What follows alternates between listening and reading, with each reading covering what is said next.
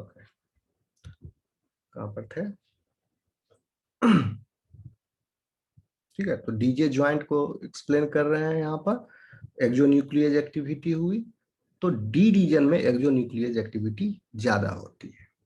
Okay, तो VD अगर joint को कंसीडर करते हैं तो वहां भी exonuclease activity in this direction D reason में, और यहाँ डीजे है तो in this direction D reason में एक्सोन्यूक्लियस एक्टिविटी ज्यादा हुआ। 3 न्यूक्लियोटाइड गए, एक रह गया आपका। Still this is a overhang, ठीक है, लेकिन एक ही न्यूक्लियोटाइड एक्स्ट्रा है बट ओवरहैंग है, इससे 1 न्यूक्लियोटाइड ज्यादा बड़ा है। और चूंकि अदर सेगमेंट में एक्सोन्यूक्लियस एक्टिविटी कम होती है जैसे कि V और J में, और यह एक्सोन्यूक्लियस एक्टिविटी कौन कर रहा है इस पर क्वेश्चन मार्क है। तो अब ये इसमें से एक ही न्यूक्लियोटाइड चू किया, A वाला, सिर्फ AT था, अब रह गया TAT इन अदर्स, इसलिए इसमें दिखाया डिफरेंट, एक में ज्यादा एक में कम। Now what will happen next, this will then this third component TDT आपको बताया था एक्सक्लूसिवली लिम्फोसाइट में एक्सप्रेस होता है। RAG1 RAG2 और TDT ये तीसरा प्रोटीन जो था, याद होगा आपको? Yes sir. तो यह TDT जो है N न्यूक्लियोटाइड एडिशन करता है, यानी template independent and random any nucleotide addition. इसकी वजह से कोई पैलिंड्रोमिक सीक्वेंस नहीं बनेगा, कोई न्यूक्लियोटाइड एडिशन नहीं है, रैंडम है, अनटेम्पलेटेड है। अब ये रेड वाले न्यूक्लियोटाइड जो आप देख रहे हैं ये एक्स्ट्रा है, ये TDT के द्वारा ऐड किया गया इसलिए रेड दिखाया गया है। तो ये एक्स्ट्रा न्यूक्लियोटाइड इसमें आ गए जो कि जर्म लाइन में नहीं थे, अब TDT के द्वारा ऐड कर दिए गए, and this will give the additional variability now. तो 2 इंपॉर्टेंट काम एक्स्ट्रा इसमें हो रहा है हैवी चेन में, एक तो exonuclease activity and the second one is the N nucleotide addition by this enzyme TDT. Okay, अब N न्यूक्लियोटाइड एडिशन होने के बाद ब्लंट एंड क्रिएट हुआ और उस ब्लंट एंड को लाइगेट कर दिया गया DNA लाइगेज 4 और NHEJ प्रोटीन्स के द्वारा। अब जैसे उसमें किया था लाइट चेन में, इसमें भी कर दिया। ठीक, जैसे यहां पर न्यूक्लियोटाइड ऐड हुआ, जो रेड से बना रहे हैं TDT ऐड किया, देखो TC है, AG, यहाँ पर ब्लैक से A इसलिए लिखा है क्योंकि दिस A, ये A जो है टेम्पलेट स्ट्रैंड में भी था, और रेड कलर का मतलब है these are different nucleotides other than the germ line sequence. जो जर्म लाइन में कोरस्पॉन्डिंग लोकस पर था न्यूक्लियोटाइड का सीक्वेंस उससे डिफरेंट है। हालांकि यह ए भी TDT के द्वारा ही ऐड किया गया है, बट ये क्या था टेम्पलेट स्टैंड में पहले भी था ए यहाँ इस पोजीशन पर, क्योंकि यहाँ पर T है, T का कॉम्प्लीमेंट्री A था, यहाँ प्रेजेंट था, और ये ए गया एक्चुअली कहाँ, ये ए एक्चुअली यहाँ पर आर्टिमिस के एसिमेट्रिकल कट की वजह से ये ए जो है आ गया था ओवरहैंग में। यहाँ पर ये ब्लू ए है, ये ए था यहाँ पर, ये वाला ए, यहाँ वाला ए चला गया यहाँ। अब ये ए को तो एक जो न्यूक्लियस काट के निकाल दिया CGA को, T अकेला बचा, तो इस T के कोरस्पॉन्डिंग ए जब ऐड किया गया तो दिस ए जो है वो पहले भी तो था, इसलिए इसको ब्लैक रखा गया कलर से, डिफरेंट तो नहीं है जर्म लाइन से इसलिए ब्लैक। अब T के बाद जो ऐड हुआ है ओके दैट इज डिफरेंट, उसी तरह इसमें भी कलर कोड है। तो सीधा याद आप समझ लो कि TDT एंजाइम जो है एक्स्ट्रा न्यूक्लियोटाइड ऐड कर दिया, TDT कितना करेगा 20 न्यूक्लियोटाइड तक ऐड कर सकता है। अब यहाँ पर भी एक क्लच है, यह कि आपने पढ़ा है कि रीडिंग फ्रेम में चल रहा है, एक ही रीडिंग फ्रेम में इंफॉर्मेशन है, मीनिंगफुल इंफॉर्मेशन, जिससे कि प्रोटीन सिंथेसाइज होगा, उस इंफॉर्मेशन को यूटिलाइज करके, ठीक है, वो इंफॉर्मेशन कहाँ है टेम्पलेट स्ट्रैंड में है इन द DNA, उस टेम्पलेट स्ट्रैंड को यूज करके मैसेंजर RNA ट्रांसक्राइब हुआ, मैसेंजर RNA से फिर ट्रांसलेशन हुआ। ओके, तो चूंकि कोडोन है, ट्रिपलेट कोडोन, तो एक न्यूक्लियोटाइड का अगर एडिशन हो जाए डीएनए में, okay, in the coding region, ये न्यूक्लियोटाइड का एडिशन कोडिंग रीजन में भी हो रहा है ना, ठीक है, क्योंकि यहां पर ये तो अब इसके बाद प्रोडक्ट क्या बना, डीजे, और ये न्यूक्लियोटाइड जो ऐड किए गए टीडीटी के द्वारा, ये अब कोडिंग रीजन के पार्ट हो गए, डीजे बाउंड्री पर है, ये अब पूरा कंटिन्यूअस है, नॉन कोडिंग रीजन इससे जा चुका है, ठीक। तो अब ये डीजे जो था, मान लो फंक्शनल अगर था, तो किसी एक रीडिंग फ्रेम में चल रहा था फंक्शनल, और जिस रीडिंग फ्रेम में एयूजी प्रेजेंट होता है उसको बोलते हैं open reading frame, start codon. अब एक न्यूक्लियोटाइड को आप ऐड कर दोगे यहाँ इसमें, तो क्या होगा, रीडिंग फ्रेम चेंज हो जाएगा, प्रोटीन विल बी अनफंक्शनल। अब एयूजी के बाद हुआ है, अब उस रीडिंग फ्रेम में चेंज हो गया, वहां के बाद डिफेक्टिव आ गया, इंफॉर्मेशन चेंज हो गया, ठीक है। दो न्यूक्लियोटाइड ऐड हुआ, again reading frame will be change. अगर 3 न्यूक्लियोटाइड ऐड हुआ है तो रीडिंग फ्रेम सेम रहेगा। तो 3 के मल्टीपल फैक्टर में तो ऐड हो नहीं रहा है, देखो 4 यहाँ दिख रहे हैं आपको extra apart from the genome. तो इसकी वजह से क्या हुआ, रीडिंग फ्रेम चेंज हो जाता है, ठीक। तो 3 तरीका है टीडीटी के ऐड करने का। तो टीडीटी रैंडमली ऐड करता है, तो कुछ एडिशंस में रीडिंग फ्रेम चेंज हो जाने की वजह से protein product will be unproductive, वो डिफेक्टिव एंटीबॉडी बन गया जाएगा, हैवी चेन का, हैवी चेन डिफेक्टिव बन जाएगा। लेकिन कुछ ऐसे एडिशंस हैं जिसकी वजह से रीडिंग फ्रेम, लेकिन उनकी संख्या कम है, जिसकी वजह से रीडिंग फ्रेम चेंज नहीं हुआ। यानी अगर 3 न्यूक्लियोटाइड ऐड हुआ तो रीडिंग फ्रेम चेंज नहीं होगा, 6 न्यूक्लियोटाइड ऐड होगा तो 3 के मल्टीपल में, तो रीडिंग फ्रेम चेंज नहीं होगा। लेकिन 1 2 4 5 ये इतने न्यूक्लियोटाइड ऐड होंगे तो रीडिंग फ्रेम चेंज हो जाएगा। समझ में आया? तो 1 से लेकर 20 तक न्यूक्लियोटाइड ऐड हो सकते हैं। तो 20 तक में कितना है, 3 का पहाड़ा आता है, तो 3 हो गया, 3 न्यूक्लियोटाइड ऐड होगा तो नहीं रीडिंग फ्रेम चेंज होगा, 6 न्यूक्लियोटाइड ऐड होगा तो नहीं चेंज होगा, 9 ऐड होगा तो नहीं, टोटल तो 6 हो जाएगा सर। हाँ। 12 15 18, यानी ये 6 प्रकार के न्यूक्लियोटाइड एडिशन हुए, एन न्यूक्लियोटाइड एडिशन 6 टाइप के, 3 6 9 12 15 18 ऐड होंगे तो सेम रीडिंग फ्रेम रह जाएगा। और तो protein product will be meaningful और प्रोडक्टिव, वो एंटीबॉडी जो है फंक्शनल होंगे, हैवी चेन, वो फंक्शनल हैवी चेन बना। लेकिन अगर अब इसके बीच में कितनी जितनी भी संख्या बच गई, 6 के अलावा कितना बच गया, 14, 20 था ना टोटल, तो 14 तरह के एडिशन रेस्ट जो है बच गए, उसमें हो जाएगा अनप्रोडक्टिव हैवी चेन। तो this is seen in the antibody production, antibody gene rearrangement heavy chain का।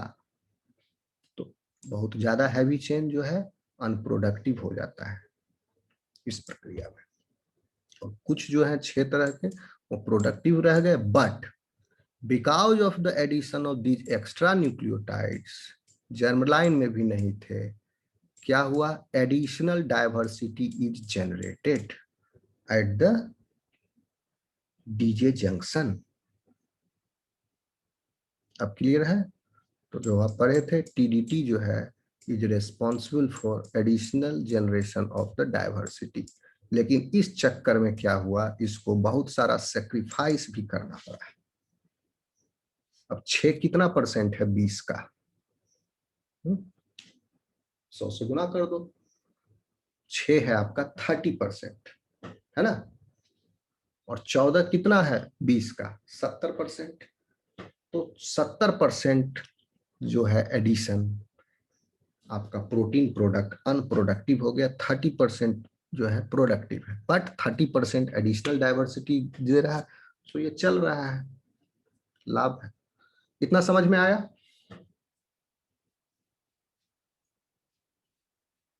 Yes sir. सवाल है किसी को? मैंने इस फिगर को एक्सप्लेन कर दिया है। अगर कोई सवाल है तो आप पूछ सकते हो। कल फिर हम लोग आगे चलेंगे।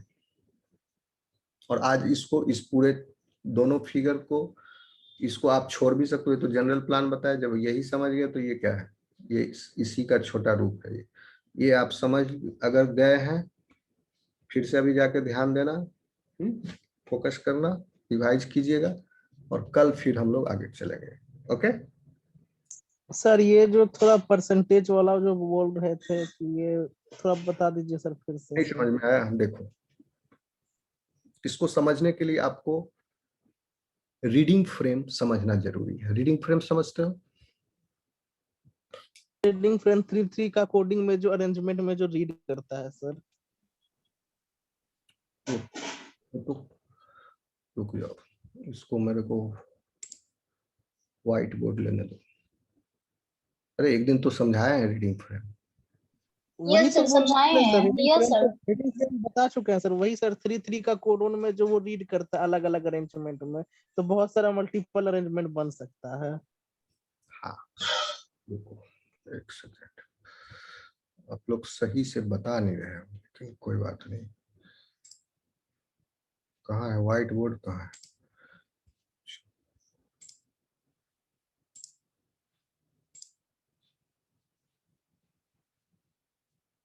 कोई भी सीक्वेंस बोलो जल्दी जल्दी।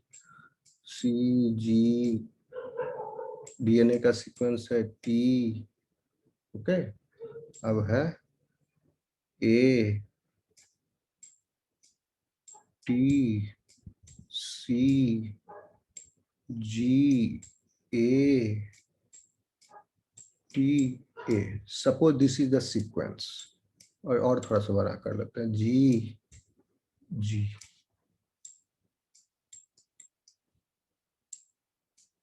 if this is sequence 5 prime to 3 prime, coding strand हो गया, तो इसका जो है टेम्पलेट स्ट्रैंड क्या होगा?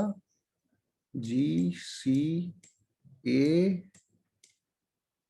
यू, टी के बदले क्या आ जाएगा? A G C, oh sorry sorry sorry, T U कैसे ले लिया? ये तो डीएनए है ना। ए का टी,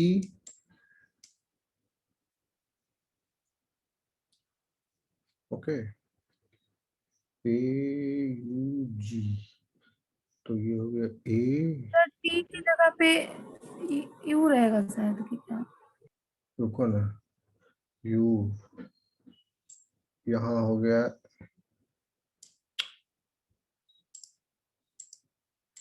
हमको ए यू जी चाहिए यहाँ, तो ए टी का होगा ए टी,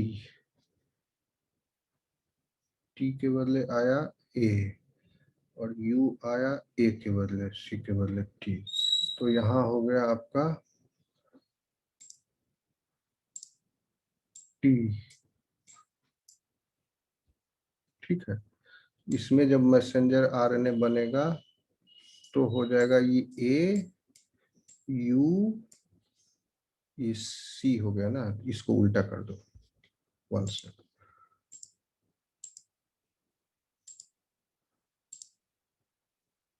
जी यहाँ सी, अब बन जाएगा ए यू जी, इसका टी ए सी का। चलो इसको कर दो टी ए टी सी सी, ये डीएनए है।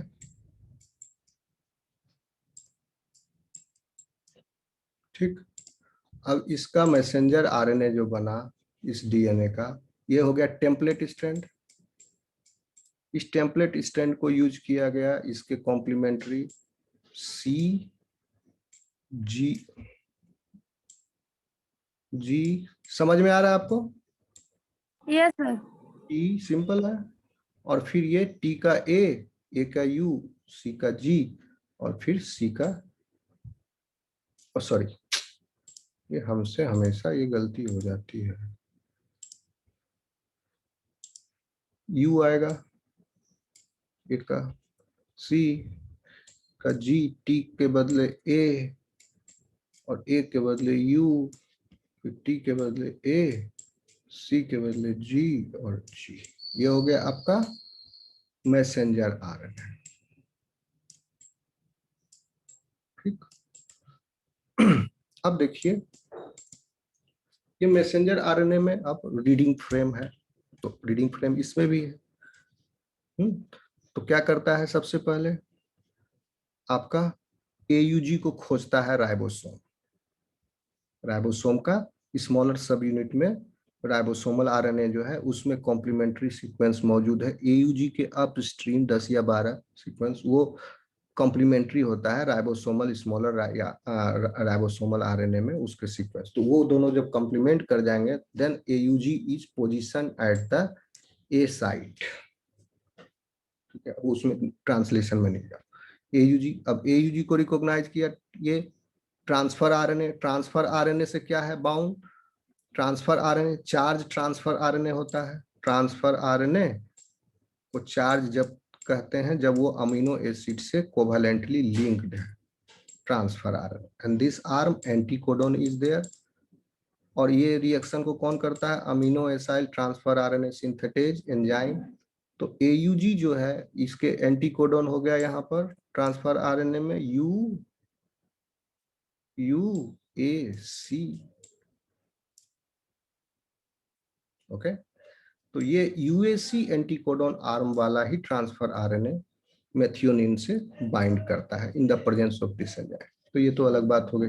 तो अब देखिए अगर अब इसको खोजेगा राइबोसोमल स्मॉलर सब यूनिट, उसको जहां से मिल गया जिस रीडिंग फ्रेम में वो रीड करना शुरू किया, this is suppose this is the nucleotide number 1। तो ये 3 को पहले पढ़ा, पहले इसमें उसको कुछ अभी तो स्टार्ट होना है प्रोटीन सिंथेसिस, उसको एयूजी नहीं मिला, पहले इस 3 के ग्रुप में पढ़ा फर्स्ट कोडन। तो this will be reading frame number 1। अब सेकेंड 3 के ग्रुप में सेकेंड को जो उठाया तो यहां मिल गया उसको AUG. Oh AUG is present here, so in this reading frame AUG is present. ठीक है, तो then this reading frame number 1 will be called as ORF, open reading frame. And second जो हो गया सेकेंड रीडिंग फ्रेम, अब suppose if this will be read in after leaving this one nucleotide, if this reads in this fashion, suppose it will not find AUG anywhere as it goes the downstream, so the second reading frame is absurd, no information, there is no start codon। Third में ये हो गया, इसमें भी नहीं मिला तो third भी स्टॉप हो गया। कभी कभी क्या होता है जीन नॉन फंक्शनल हो जाता है, सिर्फ उसको लिखते हैं, आप देखे होंगे टेबल में ORF लिखा हुआ बहुत जगह जीन सेगमेंट्स। ORF का मतलब क्या हुआ, ओपन रीडिंग फ्रेम तो है बट उसमें स्टॉप कोडन आ गया, आगे चल के म्यूटेशन हो गया स्टॉप कोडन। तो स्टॉप कोडन की अपीयरेंस की वजह से क्या हुआ, प्रोटीन ट्रांसलेशन जो है डिफेक्टिव हो गया, एब्रप्टली स्टॉप हो गया, protein is defective. Protein translation is not defective, protein is defective. ORF is not functional gene, open reading frame है बट फंक्शनल जीन नहीं है। और एक फंक्शनल जीन जो है वो ORF होता है और अंत में स्टॉप कोडन है, जहां पर प्रोटीन का सीक्वेंस खत्म हो जाए वहां स्टॉप कोडन है, बीच में नहीं है, तो वो हो गया फंक्शनल जीन। ठीक, सीडो जीन जो है वो कई तरह के हो सकते हैं, उसमें स्टार्ट कोडन नहीं भी हो सकता है। ओके, तो ये हो गया। तो समझ में आया रीडिंग फ्रेम आपको 3 तरह के हैं।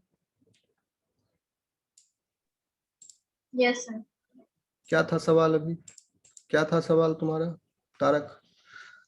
सर वो पूछ रहे थे, आप जो बोल रहे थे क्या कि 6 तरह का क्या कॉम्बिनेशन बनता है और 30% रहता है हाँ और 70% जो है वो हाँ जंग जैसा कुछ रहता है। हाँ, ठीक, चलो इसको समझ लो आप। फिर से व्हाइट बोर्ड ले। चूंकि क्लियर कर लो इसको, चूंकि टीडीटी एंजाइम जो है अप टू 20 से ज्यादा नहीं, इतना ही न्यूक्लियोटाइड ऐड कर सकता है।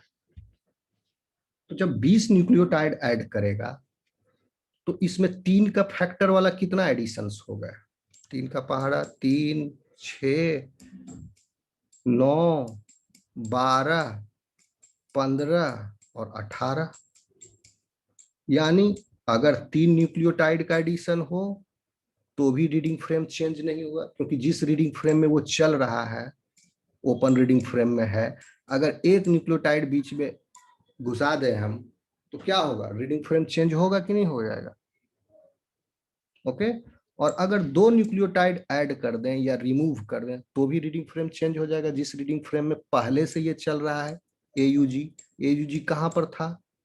एयूजी था भी के पहले, भी रीजन में था, भी सेगमेंट में था एयूजी। यहां से प्रोटीन ट्रांसलेशन शुरू हुआ, मतलब ट्रांसक्रिप्शन हुआ, उसके बाद ट्रांसलेशन होगा। एयूजी रीजन भी में था, रीजन सेगमेंट में।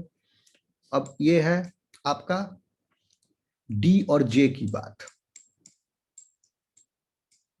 ओके, डी और जे सेगमेंट में यहाँ टीडीटी ऐड कर रहा है आफ्टर एक्सोन्यूक्लियेज एक्टिविटी। तो एयूजी तो पहले से चल ही रहा है एक रीडिंग फ्रेम में, ओपन रीडिंग फ्रेम पहले से चल रहा है। अब बीच में अगर 1 या 2 न्यूक्लियोटाइड ऐड कर दिएंगे तो एडिशन के बाद रीडिंग फ्रेम जो है डिस्टर्ब होगा कि नहीं होगा? सही, नहीं होगा डिस्टर्ब? हो जाएगा ना? डिस्टर्ब होगा ही सर। होगा सर। हो जाएगा डिस्टर्ब। 3 रहेगा तब नहीं होगा। हाँ, 3 के मल्टीपल में अगर एडिशन हो गया बीच में तब ओपन रीडिंग फ्रेम जो है वो मेंटेन रहेगा। तो अगर अप टू 20 न्यूक्लियोटाइड एडिशन है तो 3 का एडिशन हो, 6 का, 9 का, 12, 15, 8, तो ये कितना तरह के हो गए एडिशन? 6 तरह के।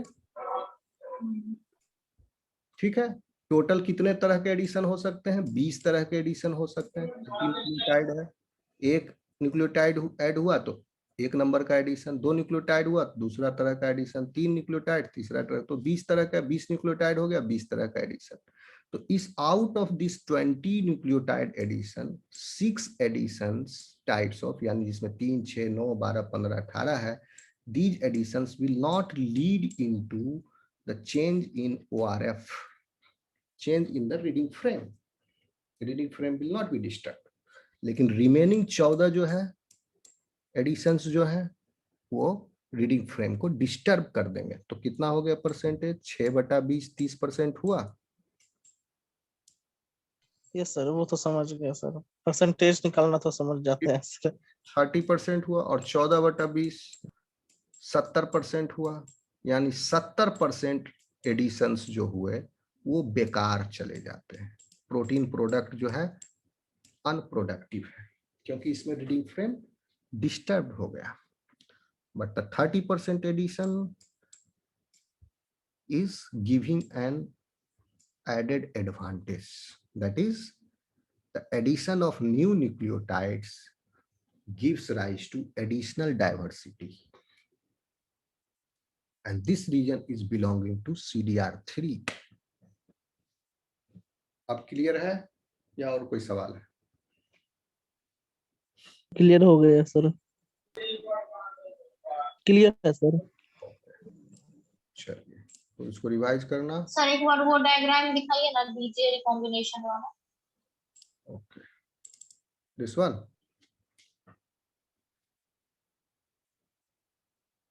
कौन सा? सर डीजे रिकॉम्बिनेशन, ये नहीं, लास्ट वाला डीजे रिकॉम्बिनेशन, हैप्पी चेन वाला।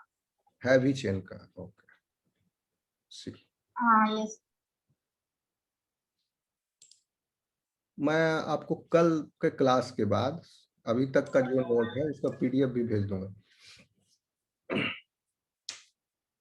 ठीक है सर तो यहाँ पे 4 न्यूक्लियोटाइड का एडिशन हुआ है, तो क्या ये नॉन प्रोडक्टिव हो गया?